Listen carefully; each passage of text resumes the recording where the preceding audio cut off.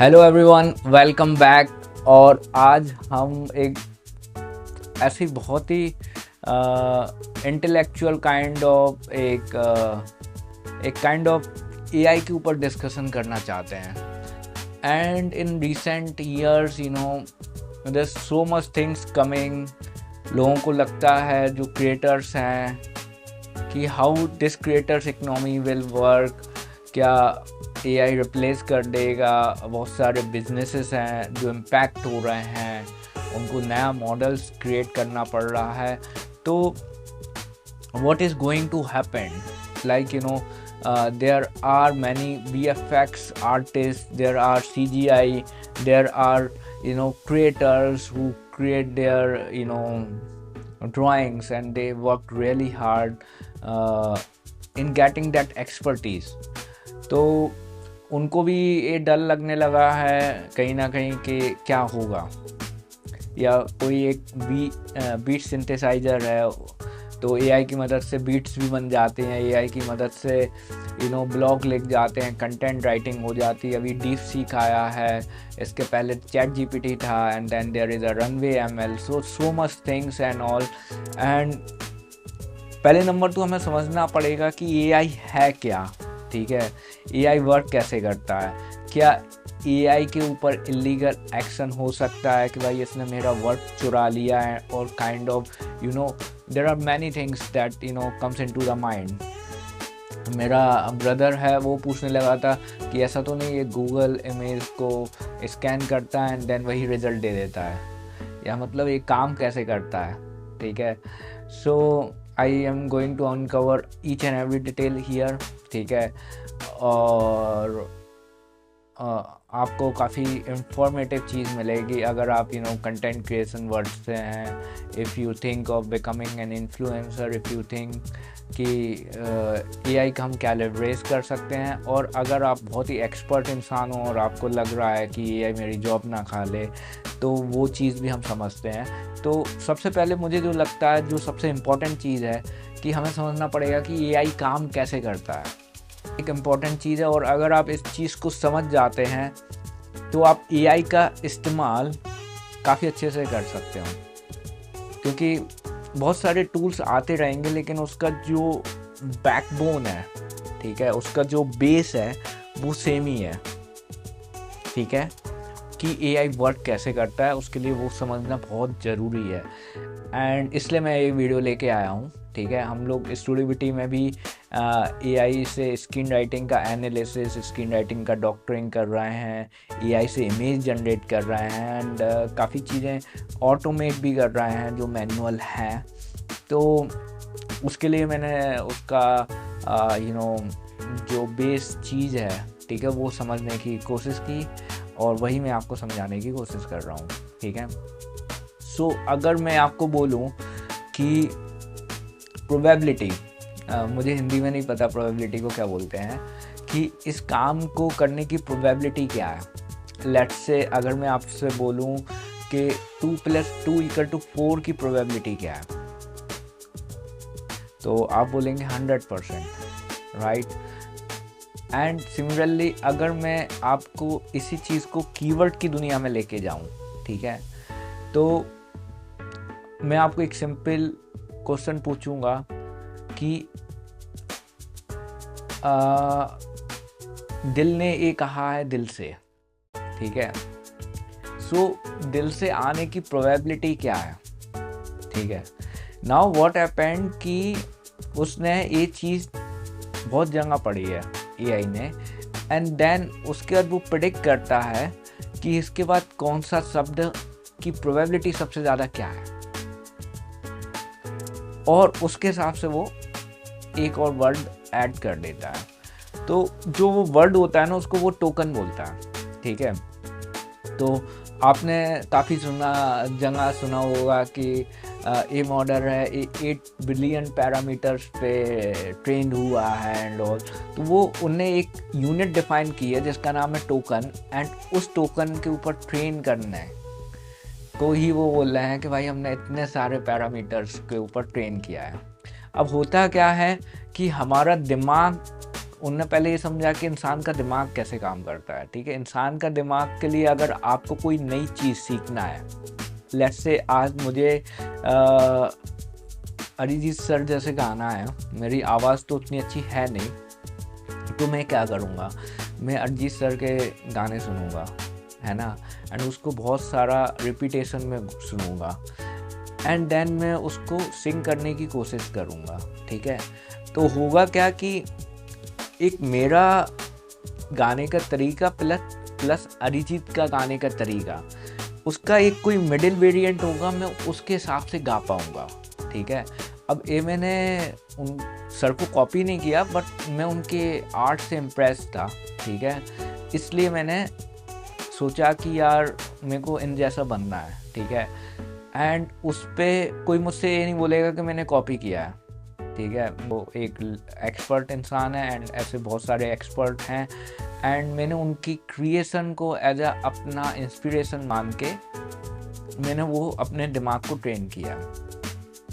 तो एआई भी यही करता है। एआई ने क्या किया कि उसको बहुत सारे पैरामीटर्स मिले वर्ड्स के, ठीक है। मैं एक चैट जीपीटी के एंगल से आपको समझाने की कोशिश कर रहा हूँ, ठीक है।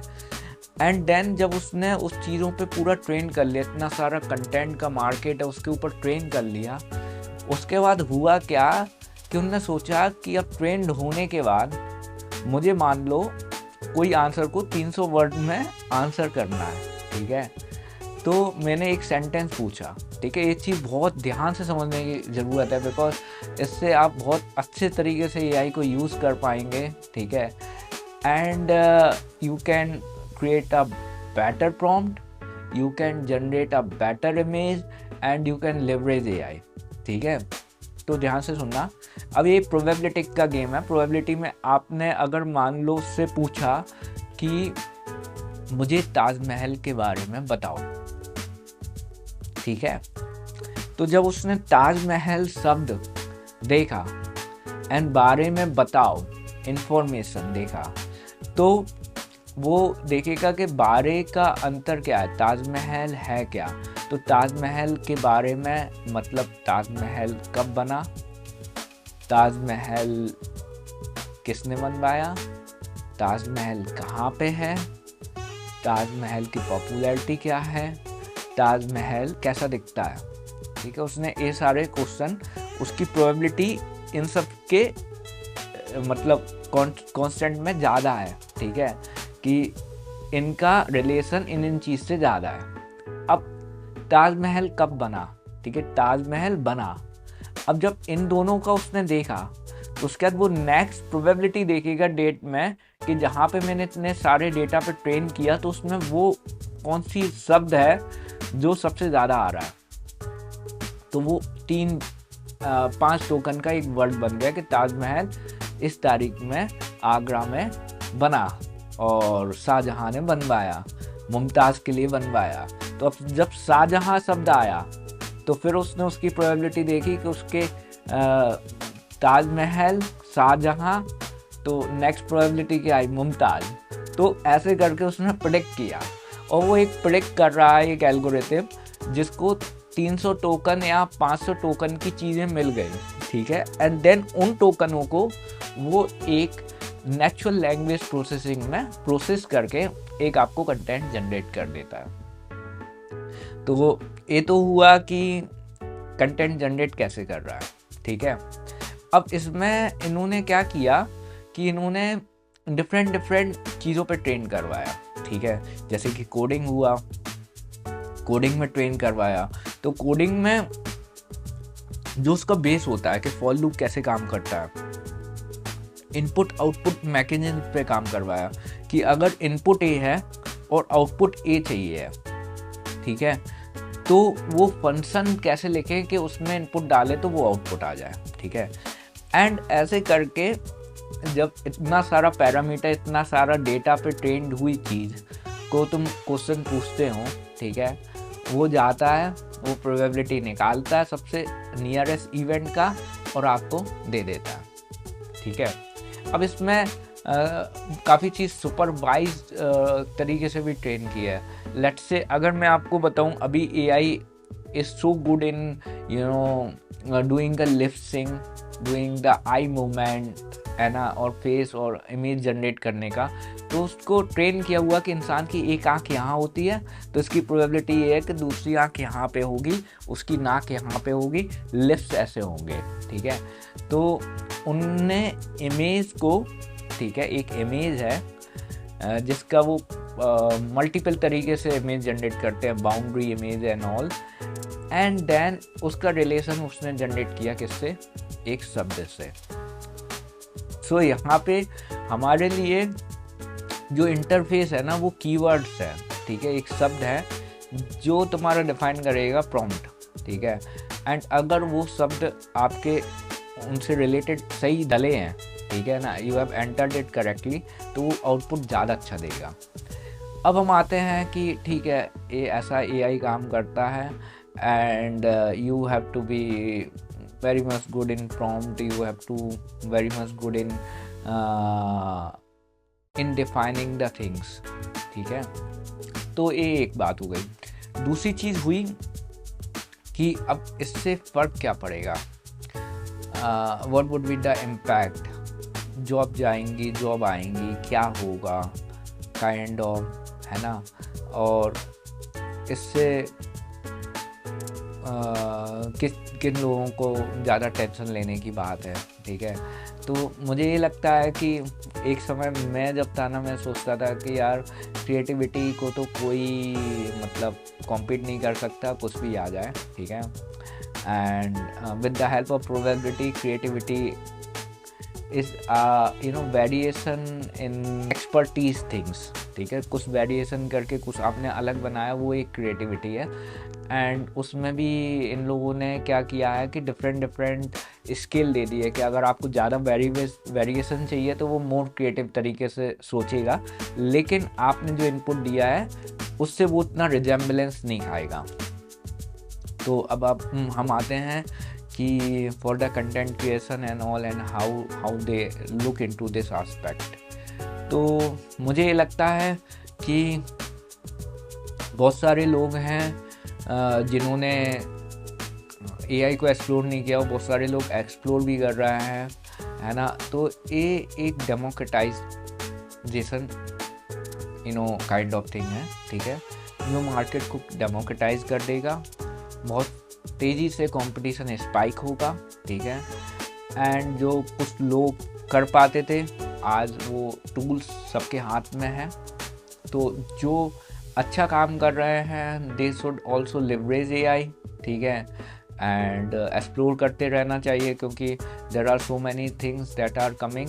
तो जो आपके नीश की चीज़ें हैं, ठीक है, उसको आप एक्सप्लोर करते रहो एंड यू शुड थिंक कि हम अपना प्रोडक्टिविटी, अपना टाइम कैसे बचा सके, ठीक है, पहली चीज़। दूसरी चीज़ ये कि इंसान है वो शांति से बैठने वाला नहीं है, ठीक है। इंसान की सिविलाइजेशन को 5000 ईयर्स से ज़्यादा हुआ है, ठीक है। तो इंसान है ना हमेशा कुछ ना कुछ सोचता रहता है, ठीक है, कुछ ना कुछ करता रहता है, तो वो स्टॉप नहीं होगा, ठीक है। तो कुछ चीज़ जाएगी तो कुछ नई चीज़ आएंगी, और जो चीज़ जाने वाली है अगर आपका उन सेक्टर में काम है, उन चीज़ों में काम है, तो आई वुड से कि आप लोग बेटर है कि पहले से अपने आप को ट्रेन करके दूसरी नई जॉब्स वगैरह या नए वर्क है वो सब चीज़ें आप स्केल अप कर लीजिए। I think many of you guys are doing it, and I would say कि डरने की कोई ज़रूरत नहीं है, क्योंकि एक चीज़ को दूसरी चीज़ में ट्रांजिशन होने में 3 to 5 ईयर्स का टाइम लग जाता है, ठीक है। तो अगर AI मतलब आप ये बोल रहे हो कि 22-23 में स्टेबल हो गया है, काफ़ी लोग यूज़ करने लगे हैं, तो विद इन 3 to 4 ईयर्स में वो चीज़ रिप्लेस करना चालू करेंगे, मॉडल चालू करेंगे, प्राइसिंग चालू करेंगे। तो बेटर है कि अपने आप को स्केल अप कर लीजिए, ठीक है।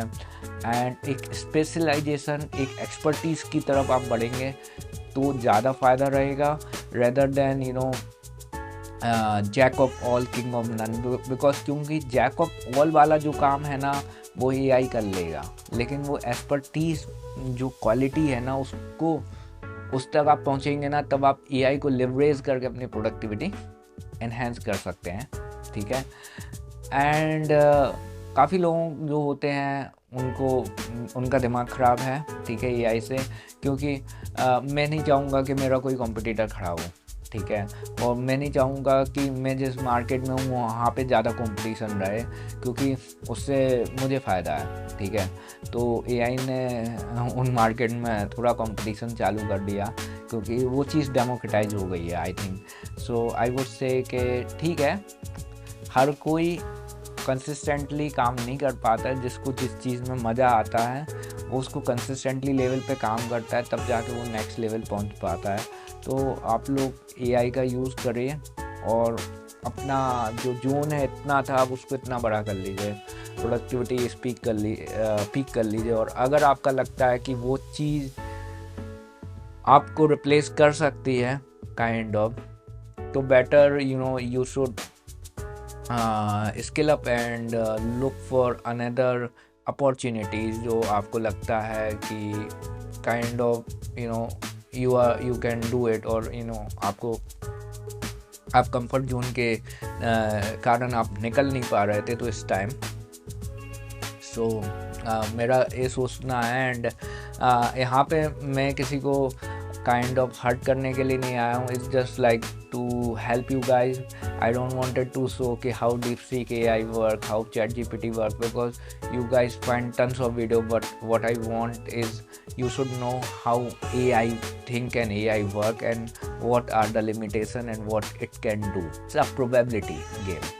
वो probability पे काम कर रहा है, ठीक है, और आपको उसकी probability, आपको जो आउटपुट चाहिए उसके लिए आप जो मेन कीवर्ड देंगे और उसके हिसाब से फ्रेम करेंगे तो आपको उतना अच्छी चीज़ें मिलेंगी।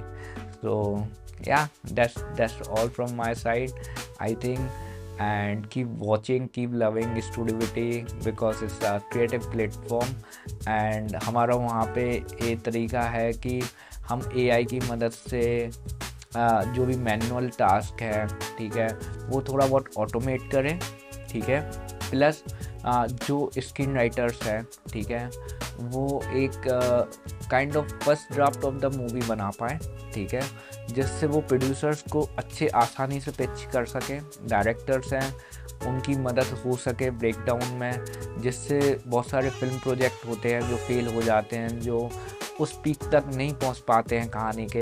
तो हम चाहते हैं कि वी क्रिएट दैट प्लेटफॉर्म जिससे सक्सेस रेट बढ़ जाए, जिससे प्रोडक्टिविटी बढ़ जाए और जिससे उनका जो वेस्टेज होता है वो कम हो जाए, ठीक है। तो वही मेरी इंटेंशन है, एंड वही मैं सोचता हूँ कि how can be able to tell the story more in a beautiful way. So let's see and give me all the best because it's really hard working from our team and all from here, and आप बताना कि आपको कौन सा tool अच्छा लगता है, what you feel like, जो आपको गलत लगा या कुछ नई चीज़ें हैं, और अगर आपको कुछ नया इन्फॉर्मेशन पता है तो please comment in the comment.